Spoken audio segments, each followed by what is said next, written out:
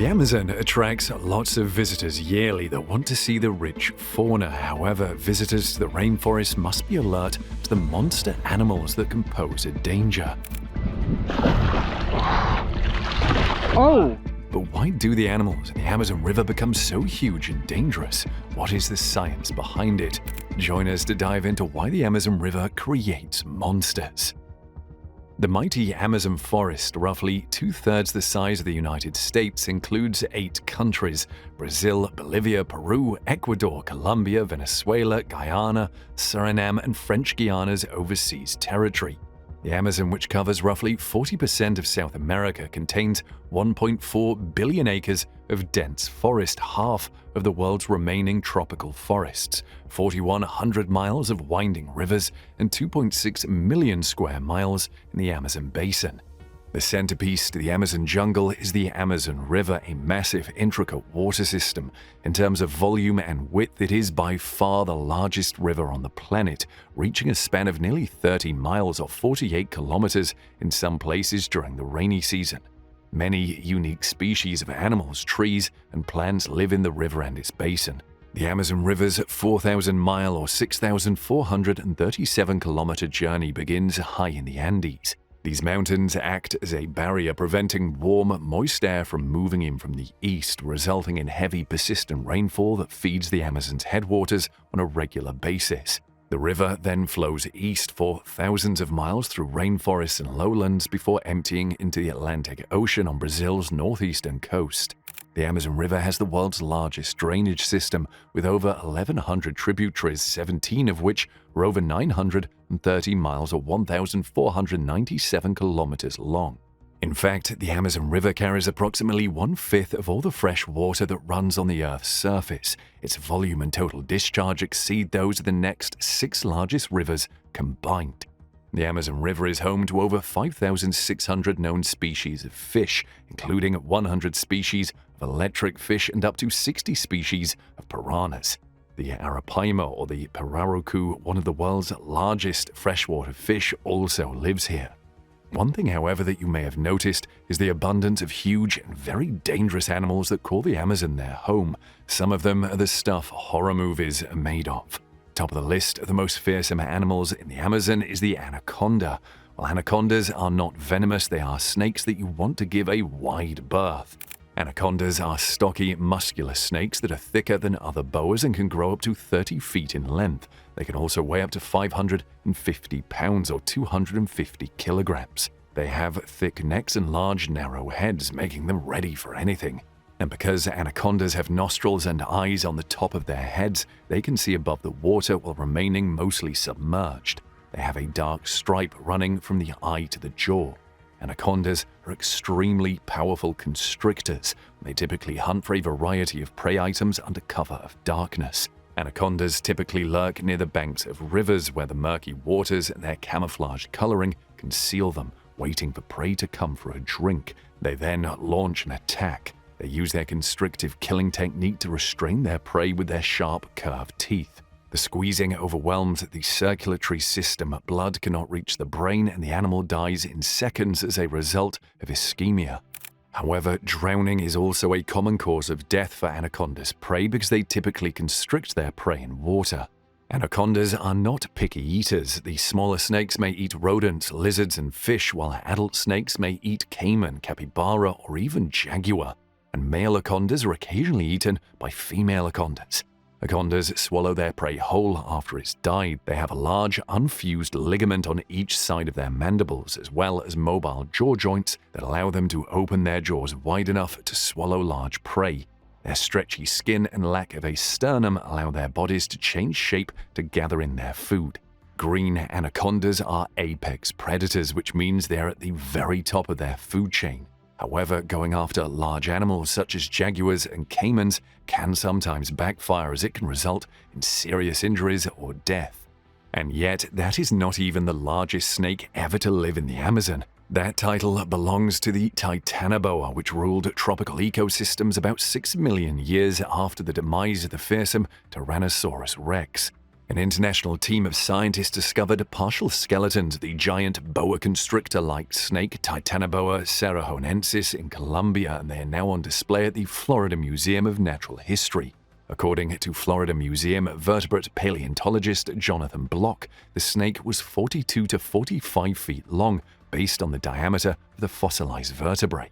That would make the snake the same length as the T-Rex Sioux on display at Chicago's Field Museum. Carlos Jaramillo, a paleobotanist from the Smithsonian Tropical Research Institute in Panama, described the snake's size as follows. The snake that tried to eat Jennifer Lopez in the movie Anaconda is not as big as the Titanoboa. Aside from weighing an estimated 1.25 tons, the snake lived during the Paleocene epoch, a 10 million year period that followed the dinosaurs' extinction 65 million years ago, according to Block. During the expedition, the scientists discovered many skeletons of extinct giant turtles and primitive crocodile relatives that were most likely eaten by the snake. But why did the Titanoboa get so huge in the Amazon? The snake's massive size indicates that temperatures along the equator were once much higher. The ambient temperature where snakes and other cold-blooded animals live limits their body size. If you look at cold-blooded animals and their distribution on the planet today, the large ones are in the tropics where it's hottest, and they get smaller as you move away from the equator. Based on the size of the snake alone, scientists calculated that the mean annual temperature in equatorial South America 16 million years ago was about 91 degrees Fahrenheit, about 10 degrees warmer than today.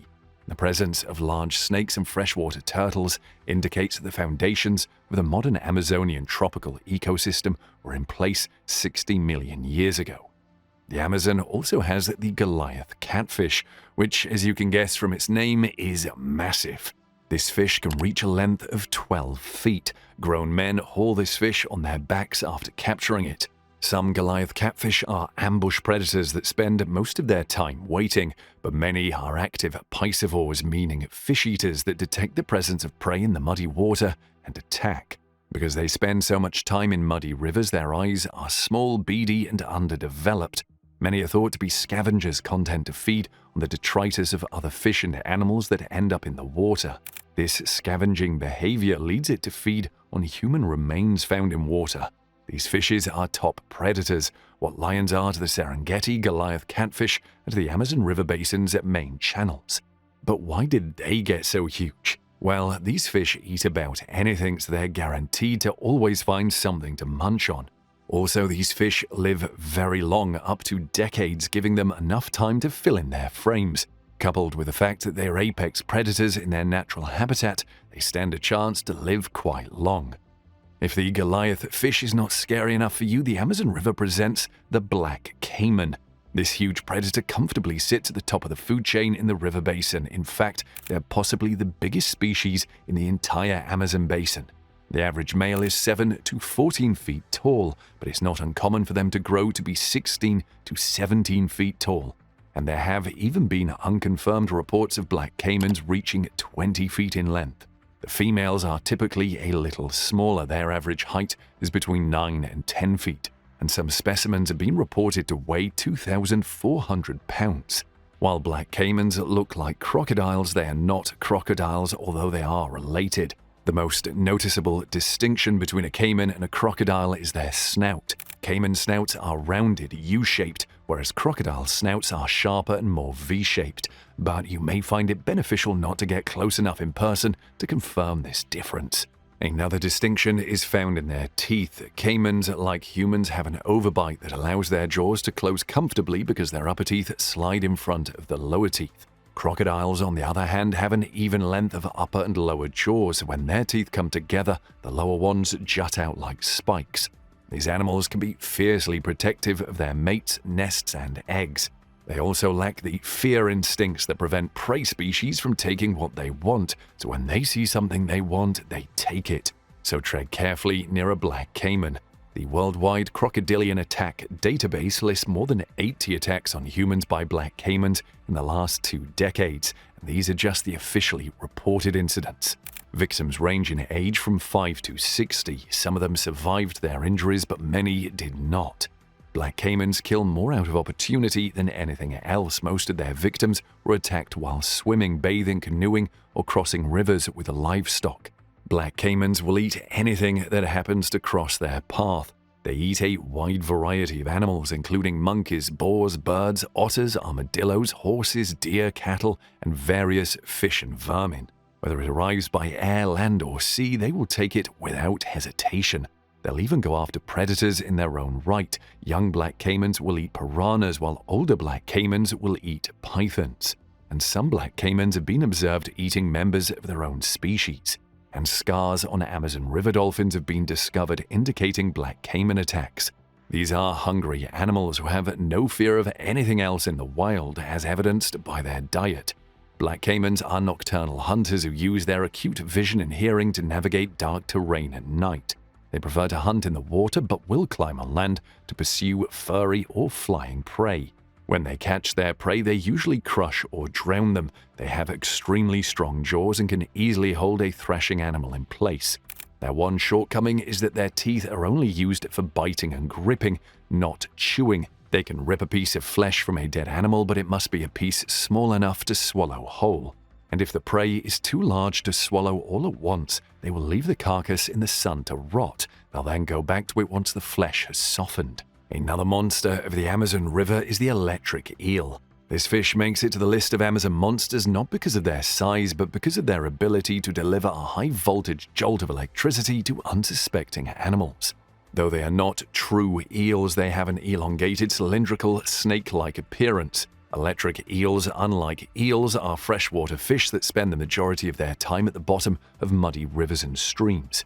Electric eels are so called for a reason. Depending on the species, they can deliver an electric shock of up to 860 volts. 3 organs found in all 3 electric eel species contribute to this defense mechanism: the main organ, the hunter's organ, and the sax organ. The main and hunter's organ work together to produce the strongest electrical discharges, while the sax organ produces lower voltage electrical charges.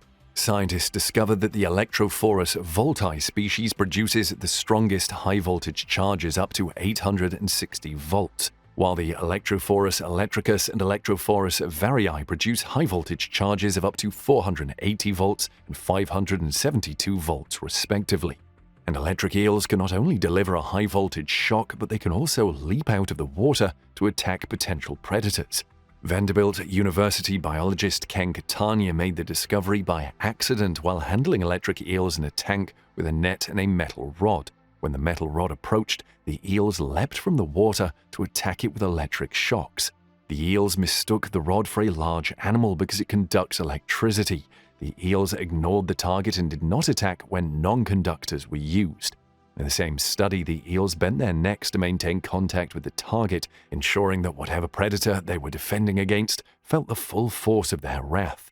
While the electric eel is a top predator with little to fear in the wild, this strategy is especially useful during the dry season when the eels may be trapped in small ponds and vulnerable. Quite the strategy, eh? Now, sometimes the prey is large or difficult to take down, but the electric eel has another strategy to deal with this. They wrap their tails around it, holding the prey close to their tails, which are essentially 2 electric poles. This strategy, at the very least, doubles the electricity and thus the amount of shock the prey receives. This behavior is especially effective because it allows the eels to immobilize and reposition prey to make it easier to consume. One shocking fact about these eels is while they can grow to be up to 8 feet long, only 20% of that length is occupied by vital organs. The eel's entire posterior, accounting for 80% of its body, is made up of electric organs. Tuberous and ampullary electroreceptor cells cover their entire skin. Their internal organs are all crammed into a small space near their head. People have died after being shocked by an electric eel. Even in shallow water, a single jolt can cause a person to drown, and multiple shocks can cause respiratory or heart failure. It's best to avoid their territory entirely. This includes fishing and swimming. Interestingly, electric eels can and do accidentally electrocute themselves and other eels. However, because the shocks they deliver are intended for small fish, this is usually not lethal or too harmful.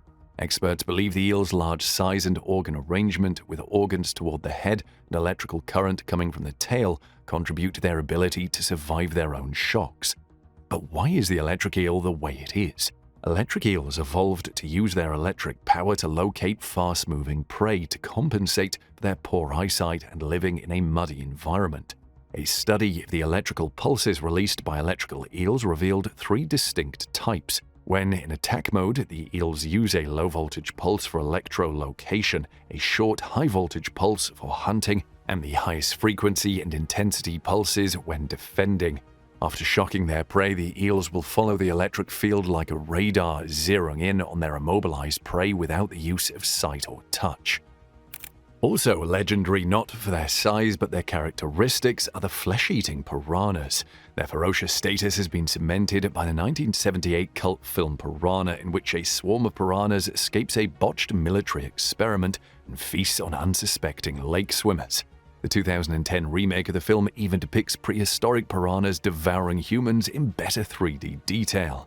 Here is how Theodore Roosevelt, the 26th President of the United States, described these fish.